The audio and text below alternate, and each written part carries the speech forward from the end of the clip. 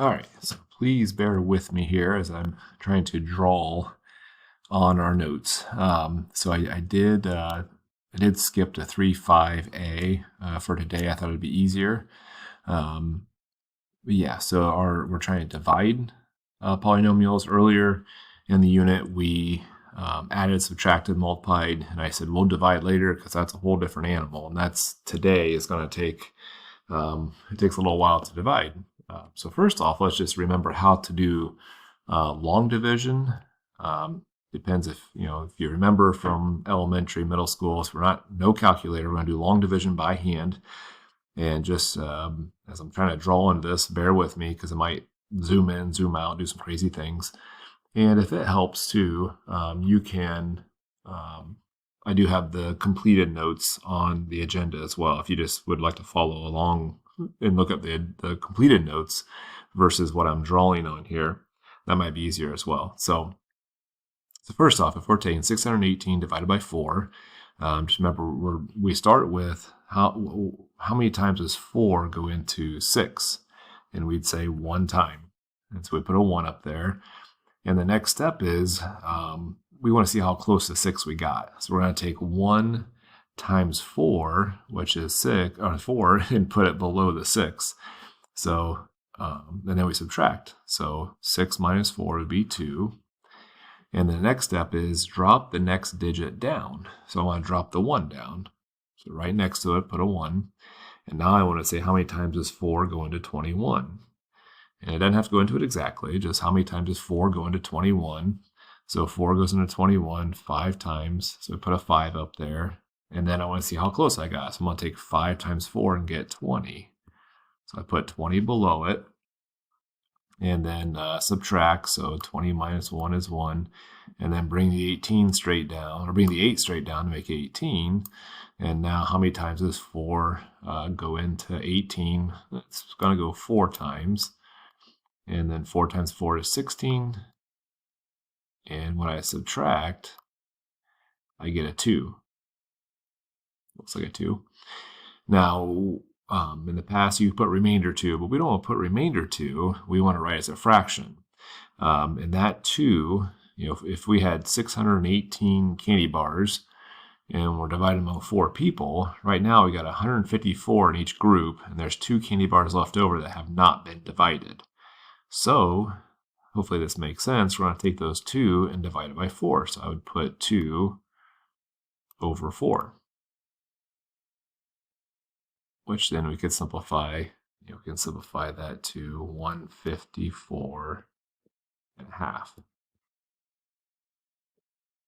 Okay. Now, if we had 2 digits, a 2-digit number here on the outside, that means we're going to see how many times 21 goes into 67. So 21 goes into 67 3 times, and then 3 times 21 is 63. We're going to subtract straight down. And then drop the 2. So we're going to take this 2 right here and drop it down there. How many times does 21 go into 42? Well, it's 2 times. 2 times 21 is 42. And you got a remainder of 0, so you're actually done. So it is possible if you're done. So if we'd say is 618, if I go back here, 618, is 618 divisible by 4? Or is 4 a factor of 618? We'd say no because there's a remainder there. Now, if I said is 21 a factor of 672, the answer is yes. It is a factor because it divides evenly and there's a remainder of 0. So we want to keep that in mind as we work our way through this.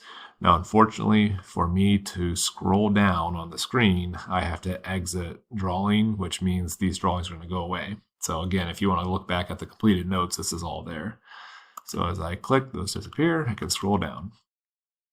And now we're going to try this again, except now we're going to do polynomials and just think of like this would be the same as a 3-digit number, and that's a 2-digit number. Up above, we had a 2-digit number and a 3-digit number. It kind of resembles that. But I'm really going to worry about when I figure out is it divisible, I'm going to look at just this first term right here. So when I try to figure out what to write up top, I want to take x squared divided by x. Well, x squared divided by x is x. It doesn't matter where you write it. You can put it there or on the other side. Doesn't really matter. You can put it here or there. Sometimes I put it here, sometimes I put it there. Now up above, our next step was multiply to see how close we got. So I got to take x times x, that's x squared. Then I got to take x times negative 5. Okay, so x times negative 5 is negative 5x. Very good. Negative 5x. And this is still squared here. Now, when I subtract straight down, I have to be careful. I'm subtracting both terms. So I'm taking x squared minus x squared, which people don't mess that up too often. That's 0, but I'm taking 2 minus negative 5. So a lot of times I tell my students, switch the signs. So I'm going to switch these signs and then add straight down. So x squared plus negative x squared is 0, but 2x plus 5x would be 7x. I don't need that 0 there. So I got 7x, and I'm going to drop the negative 35 down. So minus 35. And now, again, just look at the first term. So I'm only going to look at the 7x and the x. Over here in the x. So 7x divided by x would be 7. So plus 7. Now I'll take 7 times x, that's 7x. 7 times negative 5 is negative 35. Now I'm going to add the opposites. So I'm going to switch this to negative, switch that to positive. When I switch the signs, now I'm going to add straight down. So when I add straight down, I get 0 plus 0, which means it divides evenly. There's no remainder. So I can say that x minus 5 is a factor. In fact, x minus 5 times x plus 7 equals this x squared plus 2x minus 35. So it is a factor because there was no remainder. When I divided, it divided evenly. Okay, let's go to the next one. Let's see, so 9, again, I'm going to look at 9x cubed divided by 9x squared. Well, that's, sorry, 9x cubed divided by 9x, and that's just x squared. Now, x squared times 9x, that'd be 9x cubed. And then x squared times 2 would be plus 2x squared. Now I want to switch those signs. So I'll make this minus and make that minus. And so gone, because they're opposites. But negative 34 and then plus negative 2, that'd be negative 36x squared. I don't know why this is getting, there we go, negative 36x squared. Drop this down. And this would be a negative 53x. I don't know what's going on here. Trying to draw on the screen, it's not working very well. So negative 53x. And now I'm going to take negative 36x squared divided by 9x. So that would be a negative 4x. Okay. Now I got to take negative 4x times both of these terms. So it's going to be negative 36x. Golly, why it does that? This is a negative 30. And this is supposed to be a 6. There we go. And then negative 4x times 2 would be negative 8x.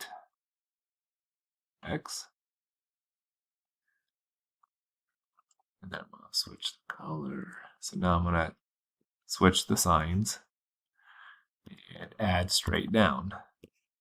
So these wipe out, that's 0. And then I've got a negative 45x.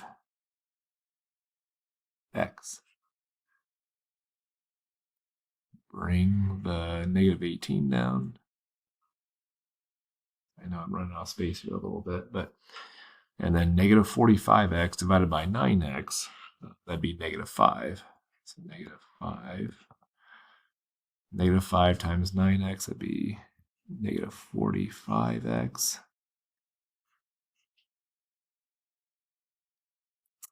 For some reason it doesn't want to draw the 5. That's an x. And they got negative 5 times 2. So negative 5 times 2 would be a negative 10. And this is an 18 here, by the way. I dropped the 18 down. Now I'm going to switch those signs. And I've got, when I draw this, I got to make that sound when you do it.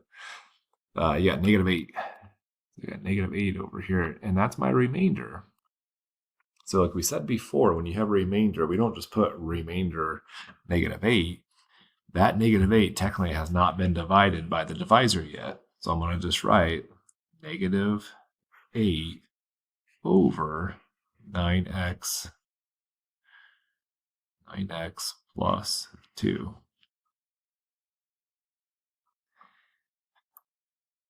Plus 2. And that's my quotient. So now if I said, is 9x plus 2 a factor of this cubic inside of here, you'd say no, because there was a remainder of negative 8. So it's not a factor. I can still divide it. So if two things are not factors, you can still divide them. But it just has a remainder on the end. Okay, so again, I'm going to have to close my drawings before I can scroll down. But if you want to see, maybe a little bit nicer handwriting of this, open up my completed notes on there and it'll be a little easier to read. Down here it says, how can you determine if a polynomial is a factor of another polynomial? If there's a remainder. So if there, I'm not going to write it because it would take forever to write on the screen, but if there is a remainder, then it's not a factor. If there is no remainder, then those are factors. Okay. Now backside, kind of asking the same question, so I'm not going to do it all over again. It's just basically divide those. And if you want to look at my completed notes, you can see like this one, when I divide this guy by this guy, there is a remainder. So x plus 4 would not be a factor of that guy. The only thing I will mention, I do want to throw this out here. Video's about done. I know it's getting a little long here, but if you notice, this has an x to the 4th, and there's no x cubes. And then it has x squared, and then no x term. When you do your synthetic division, or sorry, when you do your division, when you write it down, you do need to put zeros to hold the place. So I'm going to put x to the 4th, x to the 4th, and then there's no x cubes, so I'm going to put plus 0 x cubed. I don't know why my computer is so slow. I'm drawing stuff. And then minus 3x squared. There's no x terms, so I got to put 0x. Come on, catch up. 0x. And then minus 10. So you want to write all that out when you do x minus 2 on the outside. Then so x minus 2. This is just taking forever for my screen to work for some reason. And then you do all your polynomial long division, or yeah, your long division that way. So hopefully that'll get you going. And like I said, look at the completed notes if you want to kind of like, oh, that didn't make a lot of sense. Maybe just need to see it a little better, maybe better handwriting. Also, if you have a question and you're still on the Zoom meeting, just ask me real quick and I can help you. So hopefully that helps, and we'll see about tomorrow. See if we have school tomorrow. So thank you, and please do your best.